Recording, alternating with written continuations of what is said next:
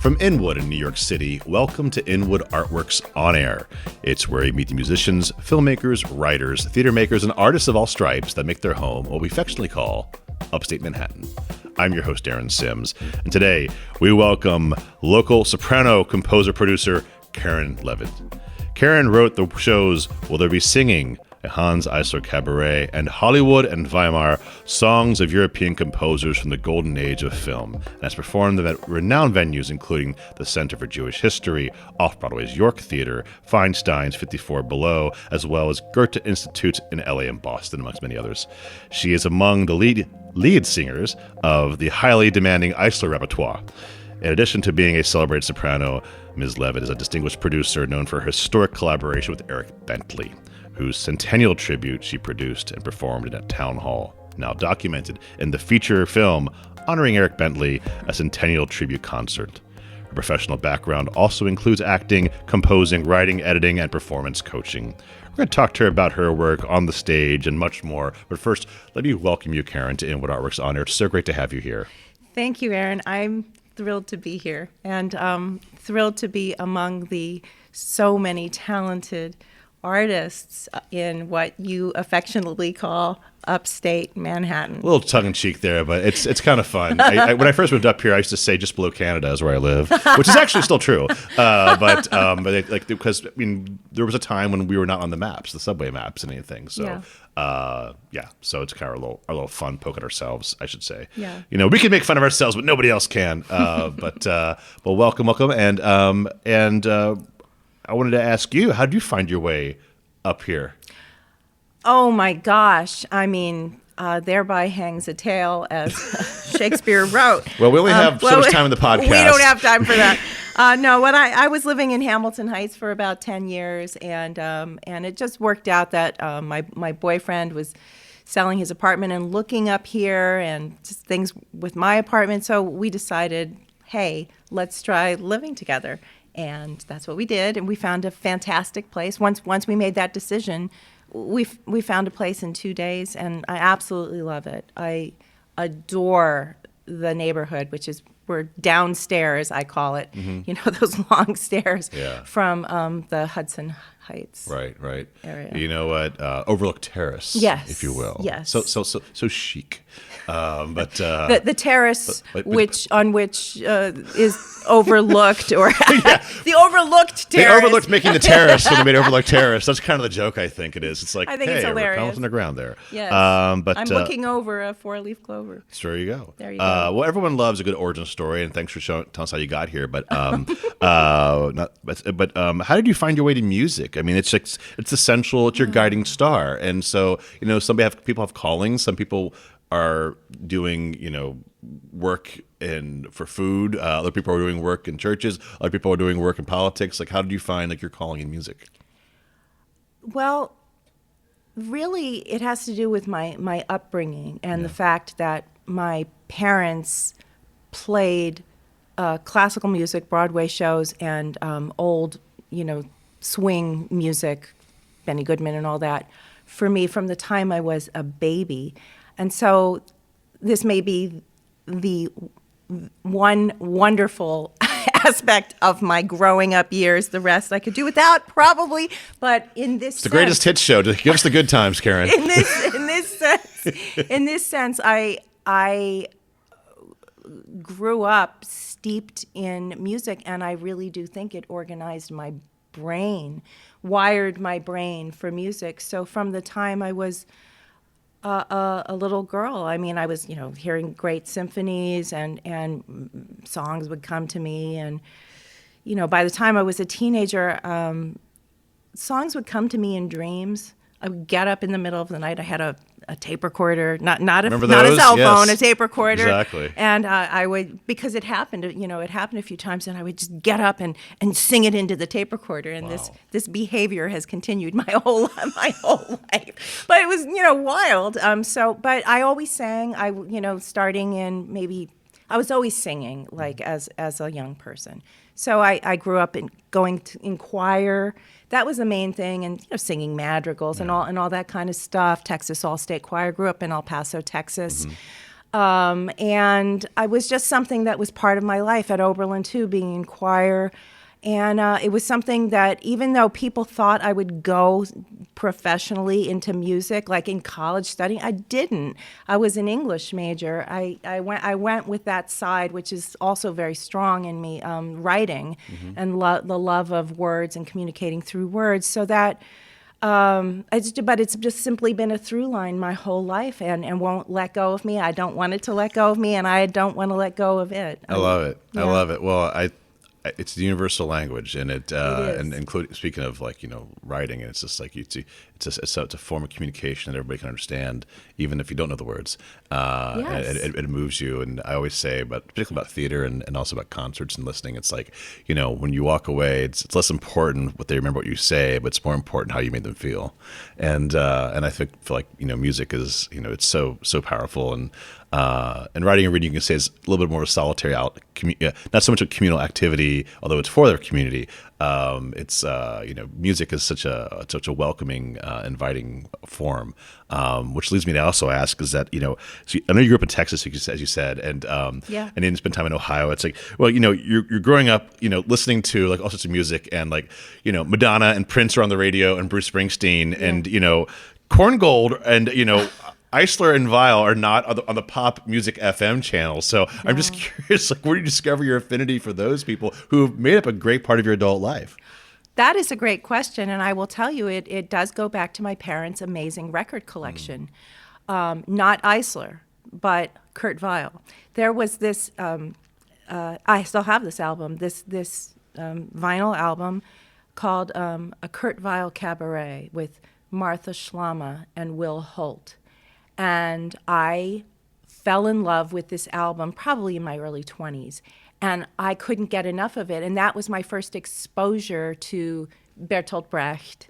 But that music and those performances, she was a great singer, actress, and they both were. And it's you didn't have a video of it. It wasn't a film. It was just the show on the album, which had, I guess, been performed in Greenwich Village. It was tremendous, and I fell in love with the art form of cabaret. So by the time I was in my late 20s, I was like, that's what I want to do. I love, and then I got turned on to Ute Lemper, and that whole world. And she became such a model for me. I mean, she's so brilliant. They're incredible shows. Yeah. You did? Yeah, it's good stuff. Yeah.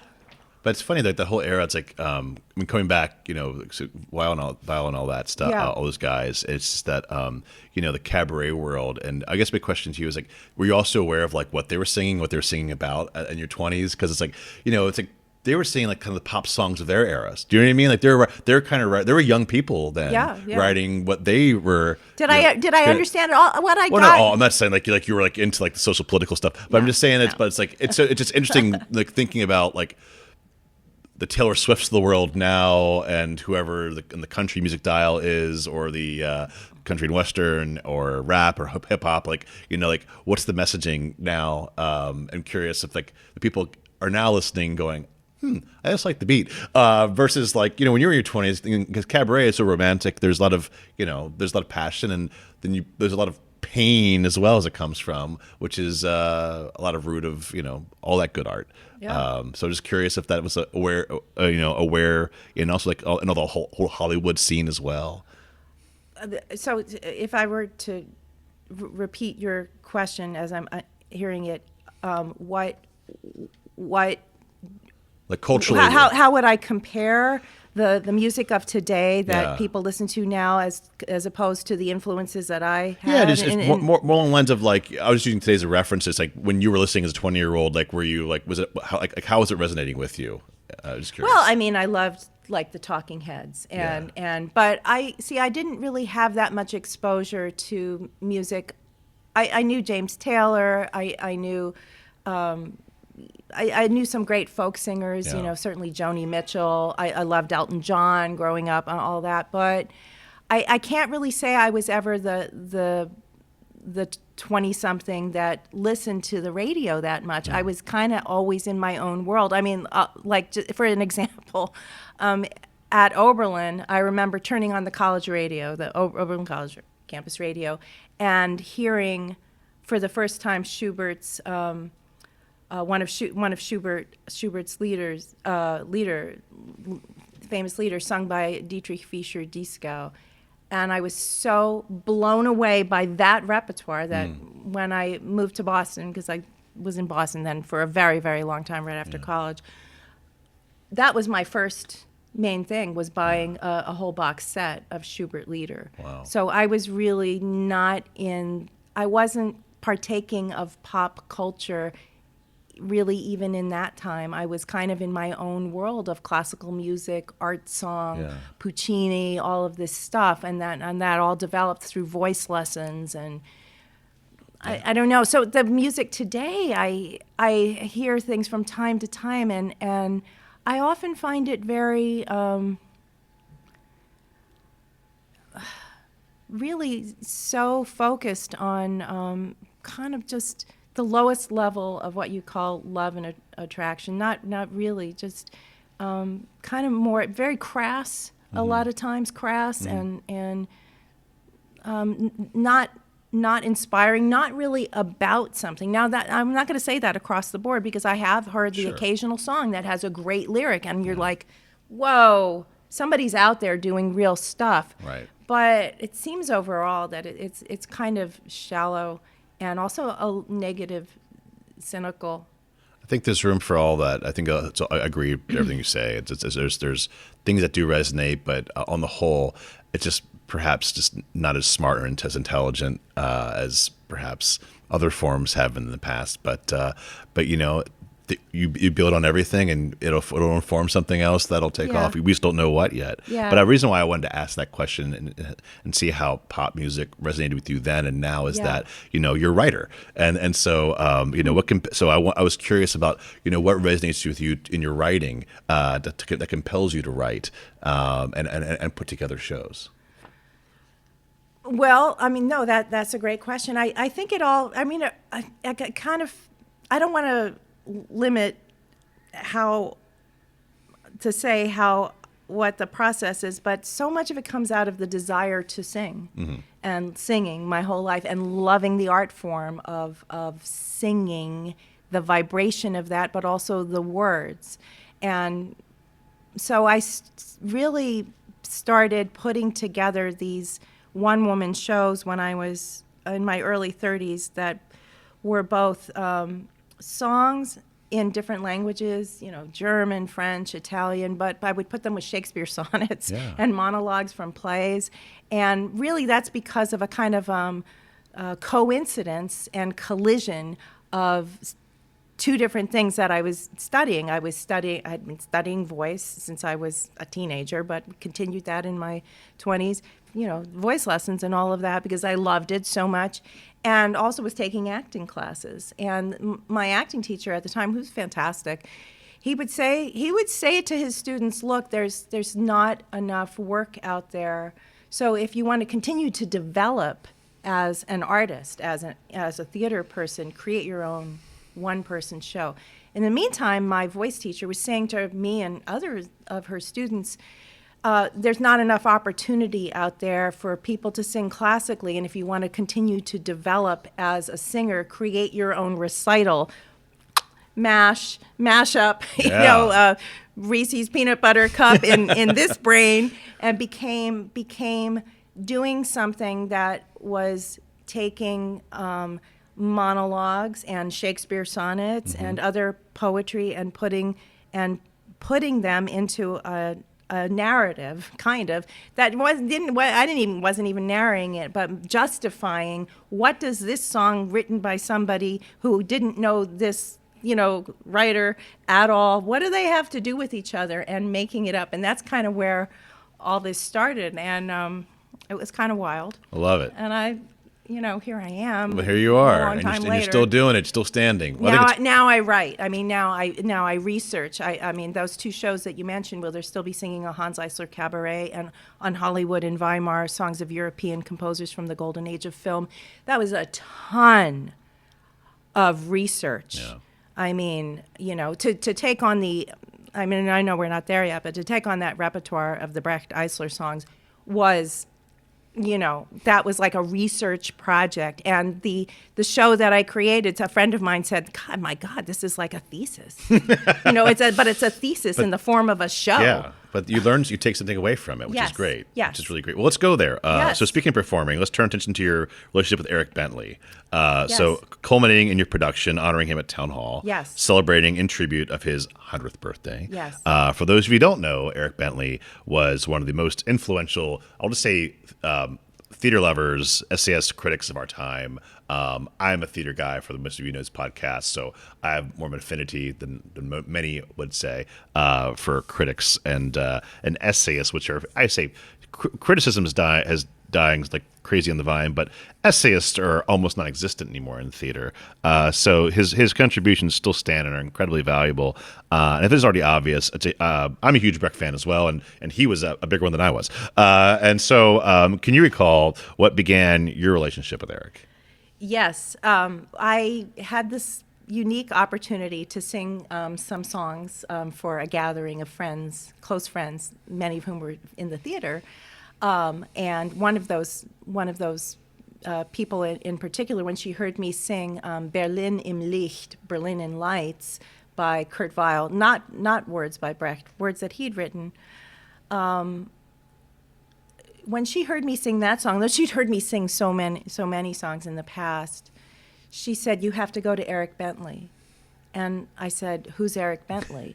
And she said, He's the critic and the translator of Bertolt Brecht. He's in his 90s, but he's still there. It's okay, he's healthy. Go call him up."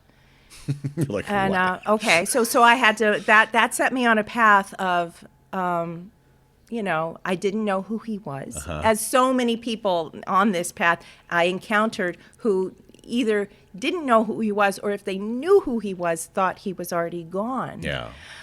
So in order to, I couldn't just get his number. She didn't have his number. She didn't have his email. I realized, wait a minute, I really have to study here. So I got all the Brecht plays that Eric Bentley had translated and read them. I read all of his commentaries on those 7 plays. I read Eric Bentley's Brecht memoir. And at that point, I felt like, okay, I know enough here to be able to understand that he, certainly knows a whole lot about Kurt Weill. And that was my desire. At that point, going back to a Kurt Weill cabaret, I was like, that's what I want to do. I want to sing the songs of Kurt Weill. So I wrote him a short letter, and I bought his address. I bought his address, but I also sent it to one of the publishers of his many, many, many works on drama criticism. I mean, so many incredible books. Right. The Life of the Drama, Theater of War, all these incredible books. And so I wrote him a letter, and I included my contact information. I sent it off with FedEx, and he wrote me back in an email. And I saw the email, and my letter said, "Can I take you out for lunch? I want to do a show on Kurt Weill. Can I take you out to lunch?" And he said, "Well, before we have lunch, there are too many people singing the songs of Kurt Weill. Why don't you look at some of the other composers who worked with Bertolt Brecht, like Hans Eisler and Paul Dessau, and get my Brecht-Eisler songbook?" I happened to be in New York seeing the play War Horse at Lincoln Center when I got this email on my phone. And and at that point I was living in Boston. Right after the show, I literally walked to Colony Music, great music store, no longer exists. Yeah. They had the Brecht-Eisler songbook, and I had it. And on the drive back, I wasn't driving, but as a passenger, I wrote him an email back saying I bought it, and then that's what started the relationship. It took another little encouragement. I guess I was in the middle of the summer, and then of 2011, and then he finally said, "Yes, we can have lunch in my apartment." So I did that. I brought yellow roses. I'm like meeting somebody who was 94 years old. I brought lunch, and we talked for like 3 hours. I came away with like 10, 11 pages of notes on a yellow pad of possible shows that could be done. But at the end of that meeting, he said, wait, let me go get you something. So he brought me this beautiful handmade book called Eisler and the Poets, which was these miniature songs that were about 30 seconds long each, not Brecht, but Hölderlin, Heine, Goethe, and they were, the German words were there, and he had handwritten the lyrics, and on the facing pages were gorgeous woodcuts, very very kind of 1930s. I mean, very strong woodcuts by this amazing artist who worked with him, Ilse Schreiber-Knoll. And he said, some of the songs are atonal. And I said, oh, I can do that. And that's what started it, was the fact that I could do that. And apparently, he had said to Ilse, that artist who did so many Brecht posters of his, Brecht plays in translation by Eric Bentley, because Eric Bentley was Brecht's translator and also a playwright himself.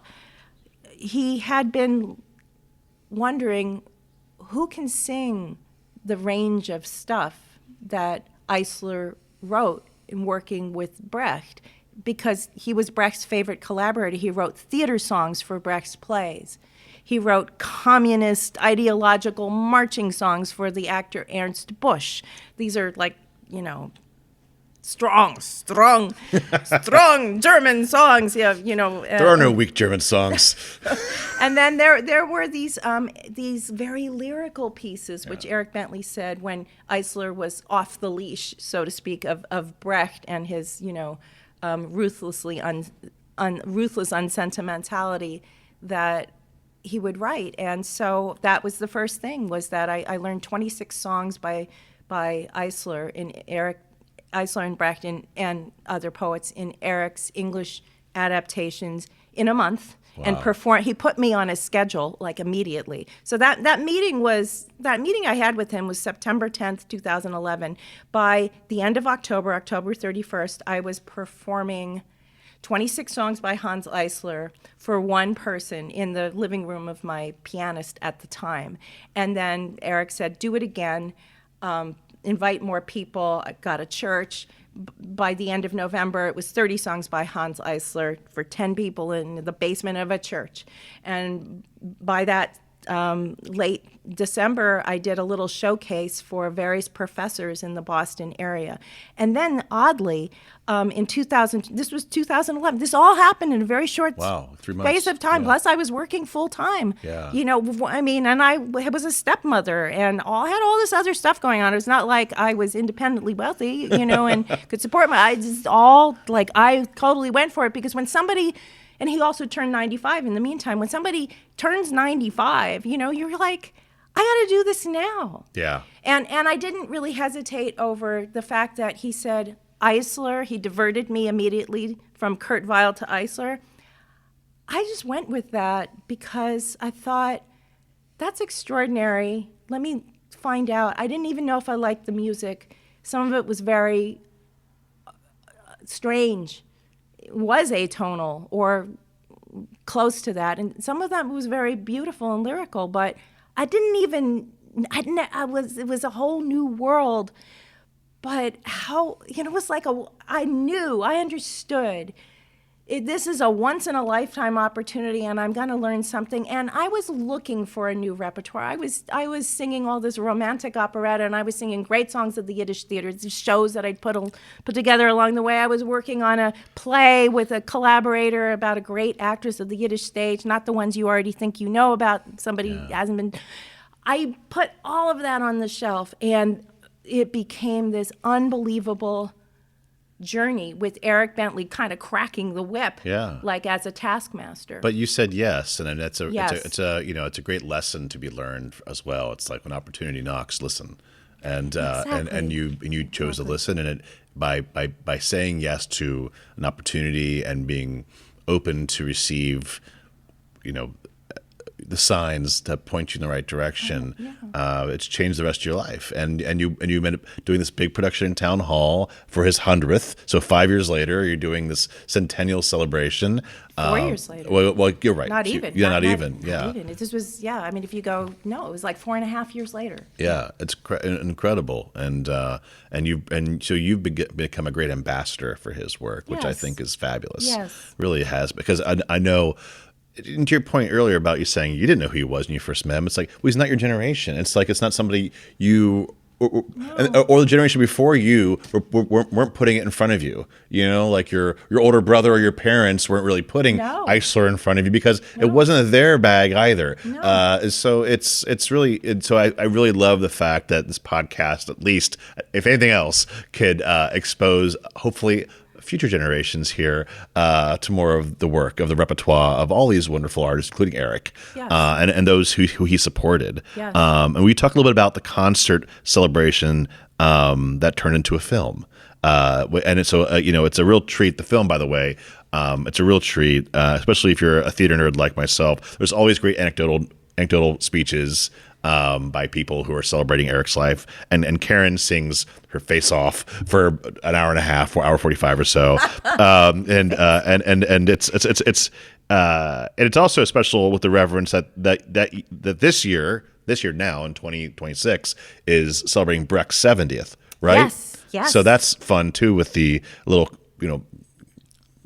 celebration happening, and not just celebrating Eric's 100th before, but now Brecht's 70th. So it's can you talk a little bit about how this film is of real value, because the performance it captures, it's a unique performances of songs from Mother Courage by Milhaud and Bentley, right? It's Mio. Sorry, Mio. I can't. My German's bad.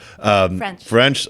My French is even worse than my German. But Mio and Bentley, correct. So it's you're getting all these, pretty much these things have been under lock and key forever.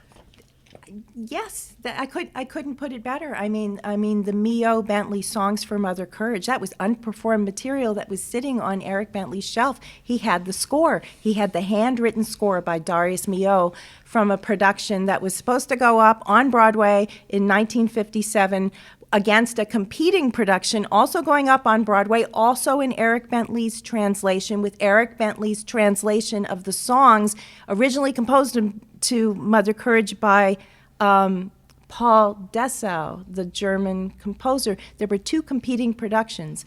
The productions suit each other. The other production, the Dessau production, in English translation by Eric Bentley, backed by Stefan Brecht, the son of Eric Bentley, who Eric Bentley said hated him because he was Eric Bentley. The son of Brecht, you mean? The son of Brecht. Yeah. Oh, I hope I don't. Anyway, I hope I'm not offending anybody. I've straightened you out. It's good. But the son of Bertolt Brecht, I guess you could just call it a rivalry, because Eric was like Brecht's artistic heir. So another son, another form of, So anyway, that's my interpretation from everything Eric said. So this music, there was a Greek actress who was on a ship on her way to the United States to perform the role of Mother Courage, and the thing was canceled. Turn around. It was canceled.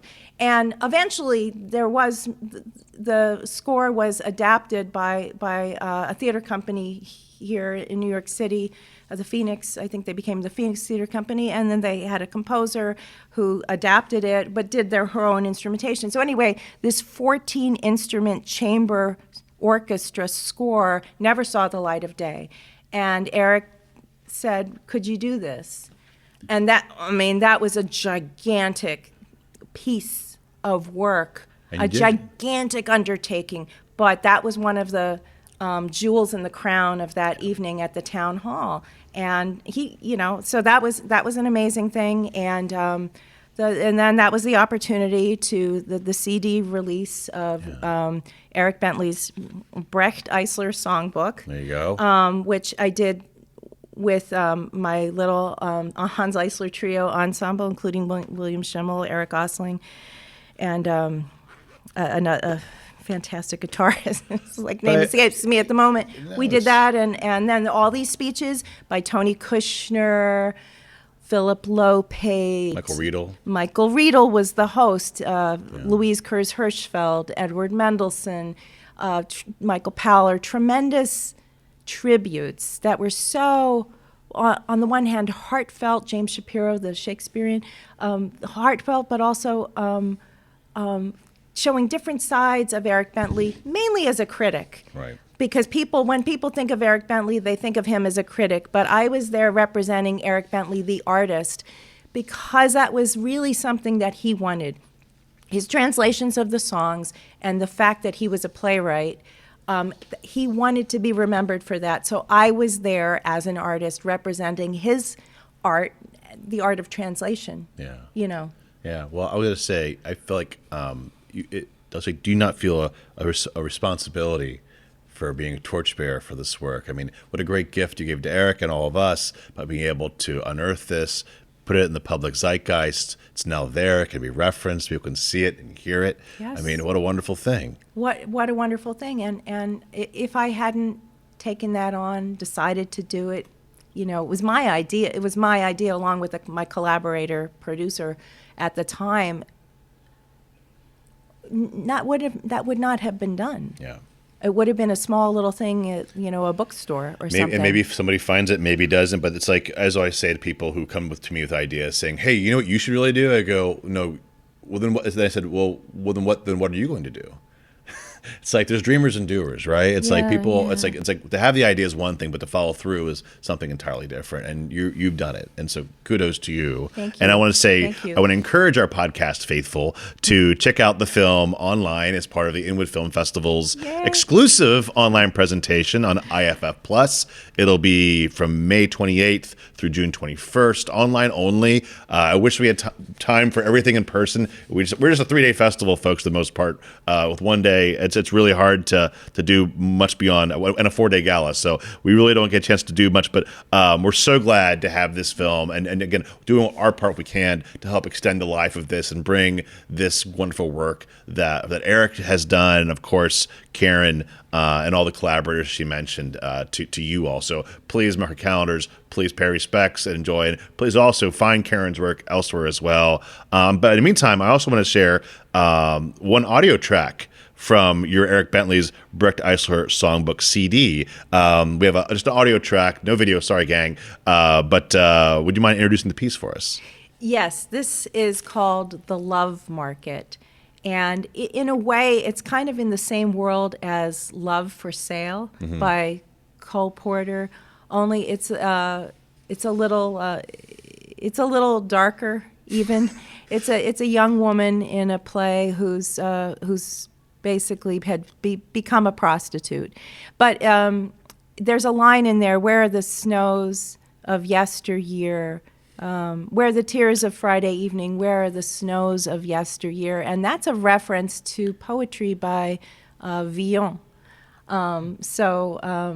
Anyway, the original text was in German, and it's an English translation by Eric Bentley, The Love Market.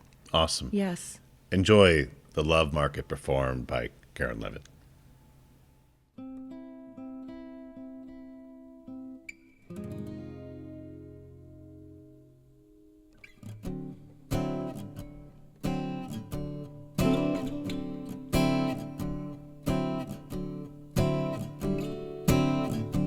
At 17 I went to market, the market where what's sold is love. They tell me it was good experience, much was bad, God knows, but that's the way it goes. Sometimes I told them just where they got off.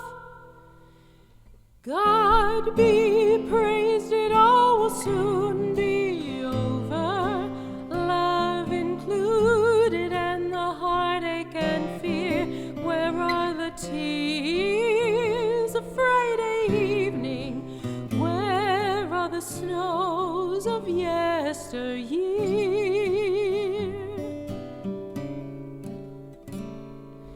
Yes, you'll learn to play that market with increased facility, selling your embraces wholesale, though your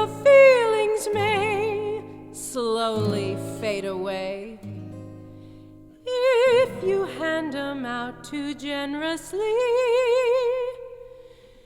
God be praised, it all will soon be over. Love included and the heartache and fear. Where are the tears of Friday evening? Where are the snows of yesteryear?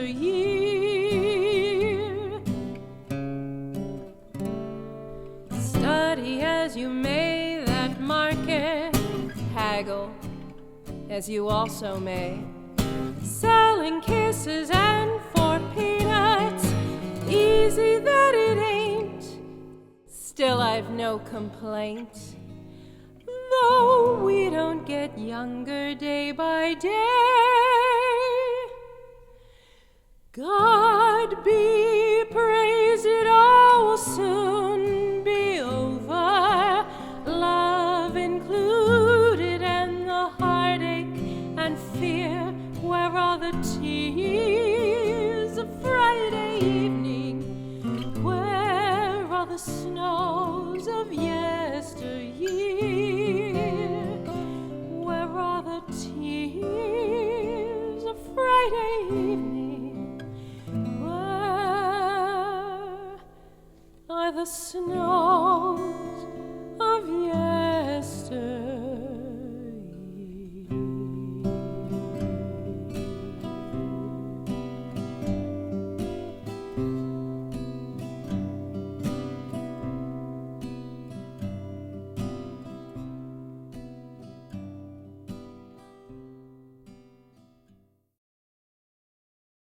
Well, Karyn, that was lovely.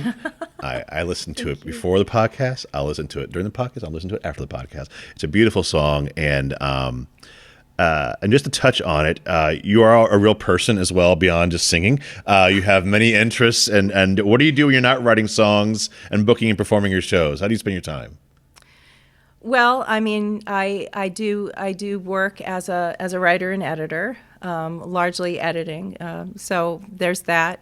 But creatively, how do I spend my time? Is I've been composing again. I mean, it's been a long. Can't get away from it, can you? It's been a long hiatus.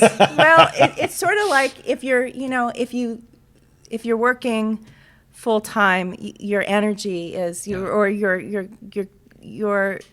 your work creatively is kind of relegated to the evenings, the weekends, when you have time. Yeah. And so to put these shows out into the world and all of that work was an enormous effort. Yeah. So the fact that I've started composing again is such a blessing and a gift. And really the way it came about was two things. There's a project of my own that I'm writing now from a long study of years about the character Electra from Greek tragedy. And anyway, I had written songs a long time ago, and I'd read all the original plays and the tragedies and all the versions that came through the years of Giraudoux and Eugene O'Neill, and the opera by Richard Strauss and Hugo von Hofmannsthal, and others. There's the Michael Kakoyannis film. But anyway, I've got my own take on this piece, and so I've been working again on that, and I'm very excited. And then as along the way, I shared all of this with our mutual friend, this fantastic playwright, Catherine Fillou, and I sang her some of the pieces that I'd written a cappella, like in a Zoom call. Well, months later, just this past December, she wrote to me and she said, Karyn, I have a new play. Catherine said this. There's one character who has a few little songs that she sings, and she wanted it to be a cappella. And what do you think? You want to write the music that she sings to the words that Catherine had already written? And I said, sure. So I did. And there's these 4 songlets. Wow. that are very short, and lovely. And I'm like, wow, that's so cool to have a playwright who all of her plays are published. She gets performed around the world. She's a librettist. She's like does things at La Mama. And I would go like, wow, my music at some point when this play called Medusa gets produced, that will be heard. Another wonderful classical title as well, so it fits into your milieu. I know. Although it's not quite on the topic of Greek tragedy, but No. it is an interesting coincidence in that sense. Yes. Well, we're looking forward to both those projects. Yes. And please keep us informed. And where can we go to learn more about your current and forthcoming projects? You have a web presence? Anything we can send people to? Yes. Well, yes. I have a website. It's KarynLevitt.com, and on there are all the projects that we've already talked about, as well as a link to Kat's site where you can hear the songs from Medusa. Then my CD, which I mentioned earlier, Eric Bentley's Brecht-Eisler Songbook. I'm going to re-release it later this year in a few months. There are some tracks that we're adding, and that's exciting. So certainly on the website, stay tuned for that. And I've got some irons in the fire, but there's nothing like official to announce in that sense. But things are coming along. And so keep your eyes and ears peeled on the website. Yes. Maybe we'll see her up here. Maybe we'll get her at Inwood Art Works one time. Get her to perform up here sometime if we can. But we'd love that. Well, Catherine, we'd love to have you up here. Karyn. Catherine's making it. Cat Phil you is what I'm thinking about in my head. Yes. Maybe have you and Kat's performance up here too. You never know. Maybe. You never know. Medusa here in Inwood. You never know. Know. Or at La Mama, that'd be cool too, right? Yes. Or Electra. Or Electra, that'd be cool. Boy, we could use a big Greek production up here. Maybe in the park. Yeah, it's going to be kind of more like small chamber music. Not. She's like, after doing maybe smaller than that. She's like, after doing all this Brecht-Eisler stuff, I want to bring it down. Well, Karyn, thank you so much for being here. It's wonderful chatting with you. Time just flew by. I can't believe it. I know. It's only like Sunday now. We started on Saturday, and here we are. We talked the night through. But that's what happens when you have good people and sharing good times. And so, again, please go out. Please support Karyn and all of her endeavors. Once again, thank you, Karyn. Can I say one more thing? Only if you keep it really, really short. I'm kidding. Yes, go ahead. Yes, and for my composing work, I am really hoping to find a collaborator who is an instrumentalist. It could be pianist. It could be some other instrument who also composes and performs. So I'm looking for a musical collaborator. Gotcha. And what, performing as a singer or as an instrumentalist? As an instrumentalist. Got it. Yeah. Good. Important to say that. Yes. Excellent. Well, if you're out there, you know where to find her through her website, okay? Excellent. But once again, thanks to Karyn Levitt for joining me on this Artist Spotlight episode of Inwood Art Works On Air. It's where I meet the musicians, writers, theater makers, and artists of all stripes that make their home here in the northern part of Manhattan. If you have a moment, please show us some love right now and rate and review this podcast. 5 stars on whatever platform you're listening to. We greatly appreciate it. Many thanks to Good Shepherd here for hosting us and to HeightSites.com for uptown promotional support. Hey, you know what? You could support On Air and any of our programs, making a 100% tax-free donation. We're a nonprofit. We greatly need it. It's a free program, folks. We really appreciate your support. Also, follow us on social media to keep up with all that we do, which includes the Inwood Film Festival, like I said, Filmworks Al Fresco, live performances, and our new studio to be out soon, hopefully this spring. Please stop by. Inwood Art Works is proud to be supported in part by public funds from the New York City Department of Cultural Affairs in partnership with the City Council, and also the New York State Council on the Arts with the support of the Office of the Governor and the New York State Legislature. From the top of Manhattan and the bottom of our hearts, thank you so much for tuning in. This is Aaron Sims for Inwood Art Works On Air.